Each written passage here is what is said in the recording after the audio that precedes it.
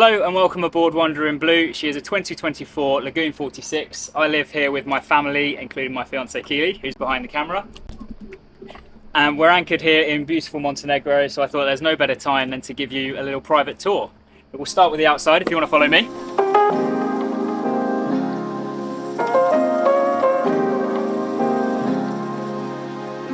So first, coming up the Sugarscoops, we've got this big open walkway, even bigger outside area. We've got some cushions that when we're at anchorage, stick some towels down, have a little sunbathe. Really nice area to just sort of sit and relax. We've got the big trampolines, big lazarette storage lockers at the front. These can double as crew cabins if we want them to, but at the minute these are sort of our garage and shed with paddleboards, diving stuff, spare parts, fenders when we're at anchorage. Pretty much everything that you need on a boat gets into these storage lockers.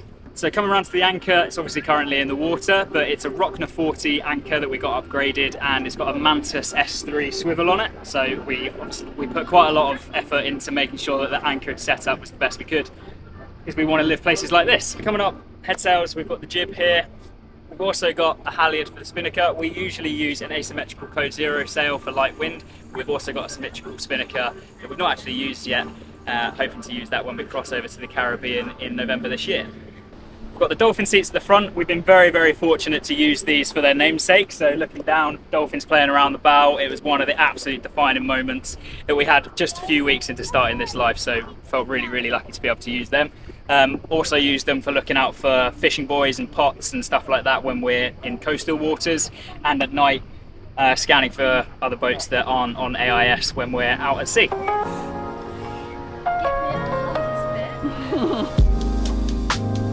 Come around here, we'll head up to the Helm. One of the big selling points of the Lagoon 46 is the Helm area. So we've got a big Flybridge with the hard bimini on top, and we've got this lovely area, big old Helm, lovely screens, really easy to access everything. We've got all of the lines here. The spinnaker halyard is off to that side, but everything else you need to sail the boat on a day-to-day basis is within arm's reach. You can pretty much sail it with 1 to 2 people. Back here is one of our favourite parts of the boat. When seasickness is bad, like it was in the passage of us getting to Montenegro, all 4 of us sleep up here because it's the best place to see the horizon, what's going on. If we need to wake each other up in the night to change the sails, we can do so. So it's a really sociable area. These screens do come up, but we tend to not do that because we're not up here for leisure, really. We're not up here sunbathing and stuff like that. We're up here for when we're on the move. So when we're on the move, we spend 90% of our time in this space, and when we're not on the move, we spend 2% of our time in this space. But we love it.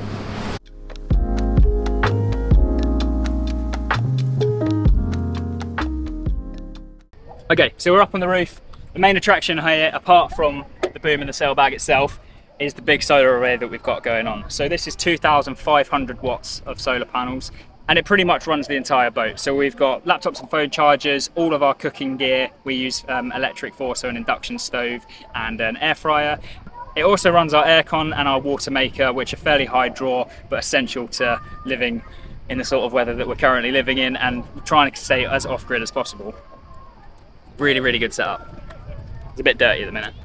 And coming back under the boom, we've got the Starlink. This is mainly used for work and navigational stuff. We try not to use it for just general recreational internet because it's quite expensive, but it's really good, really fast when we need it to be. So definitely worth having on board, even if we don't use it all of the time.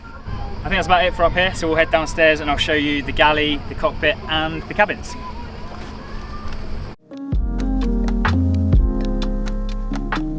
Okay, so coming downstairs into this indoor-outdoor cockpit area, this is probably my favourite area of the boat. I'll show you downstairs and inside first, and we'll get back and save the best till last.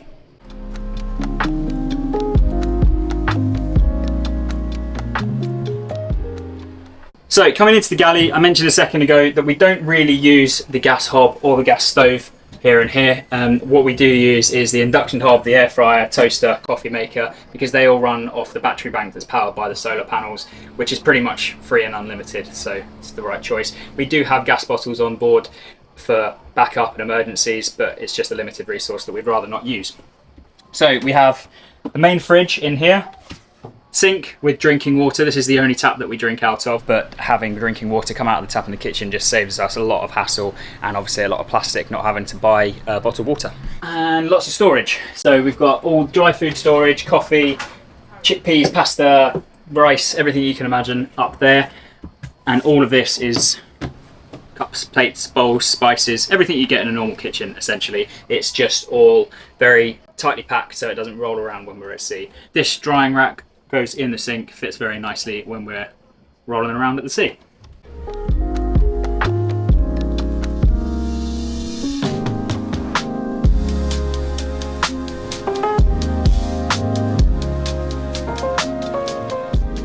So the first thing you see when you come inside is the big dining area.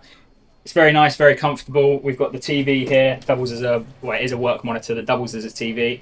We don't use this inside space anywhere near as much as we did when we were in the UK, now that we're out of the UK and living in sunny areas. So if the weather's bad, we'll hunker down in here, but otherwise it's for cooking and occasionally chilling out when you want to be out of the sun.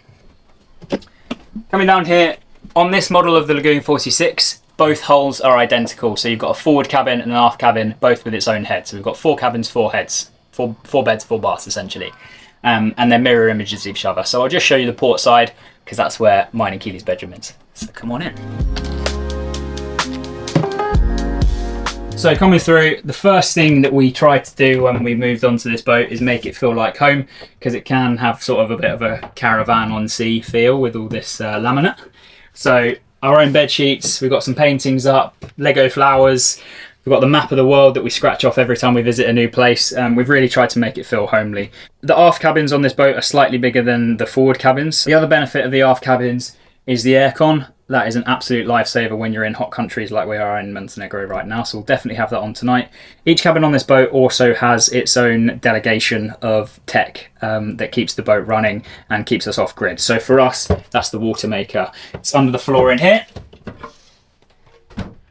In there, and the panel down here controls the water maker, so basically just means that it's usually my job to come down and put the water maker on when we fancy making some water.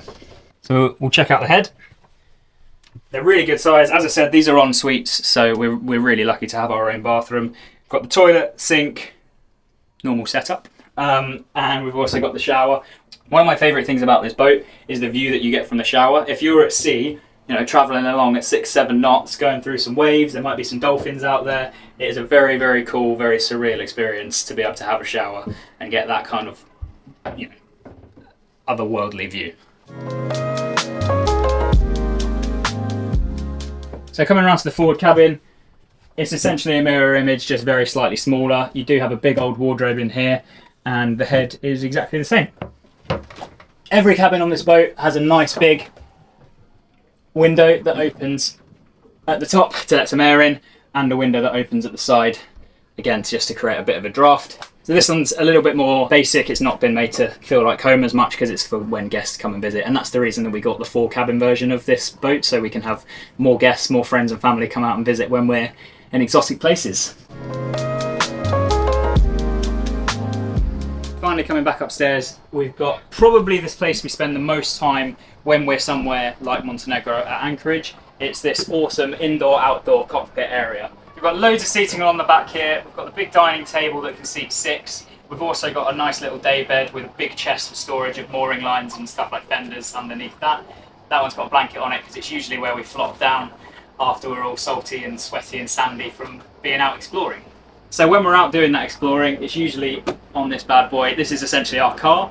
It's a high fuel tender with a Honda engine. It's strapped up nicely, protected by the solar array, and we use it to do everything from grocery shopping to finding new diving spots. Over here, back towards the doors, we've got the outdoor sink, a nice sort of area that we use for food prep and sort of general storage.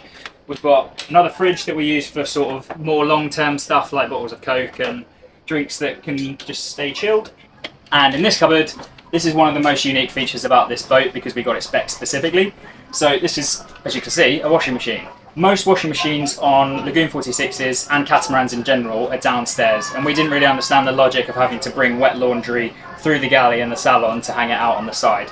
So we replaced what would usually be the ice maker on this model of boat with a washing machine. We didn't really feel like we needed an ice maker, and so far it's working very well. It's a low draw, quite a small drum, so it's not going to do massive loads of towels and stuff like that, but it helps us stay sort of clean and fresh while we're on passages. Here we've got a bin. Ironically, weirdly, one of our favourite features because it's very easy to use. Nice big area to empty the bin from, and it's outside, so stops smells getting inside the cabin. Drink storage, ice chest, cool box, and this is where the gas bottles are kept. So as I said, we do have gas bottles on board, even though we don't use the gas very often, just as a backup. And it's good to do, and it's good to have. Fruit storage, air fryer, and these steps are actually very useful. We didn't use them for the first couple of months on the boat because we weren't moving around very much, but as soon as we started getting out on passage, these steps became essential because while you're out in fairly rough seas, it means you don't have to walk all the way around and risk being too near the edge of the boat for too long to get back up from the galley to the Helm, which is usually the only walking you do while you're at sea. Other things that we've got out here are the rod storage. We've caught a couple of decent sized fish so far, so they've done us very well. Hopefully lots more in the future. We've also got the barbecue, which lives up here, but gets put over the side near where the tender lift is on a custom rack that we got built when we bought the boat. So that's very cool.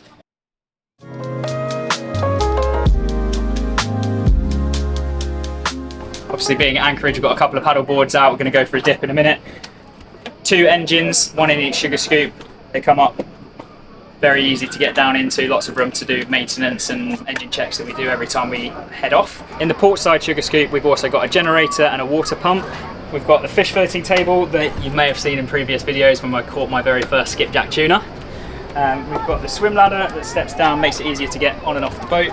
Safety equipment, rod holders for the fishing, rods, tender lift, so it's a manual winch to get the tender up and down. And I think that's about it. If I've missed anything, or if you've seen anything in the background that I've not spoken about, definitely let me know in the comments and I can reply or even do a separate video. I'm thinking about doing a bit more of a technical dive into things like the water maker, the electrics, everything that makes this boat work and capable of going off grid. So if you fancy that, definitely let me know and I can prioritise it. And other than that, thank you very much for watching. We're off on a huge adventure as a family, so if you want to keep up to date with our adventures, definitely click the subscribe button and I'll see you in the next video. What? And notification bell. And the notification bell.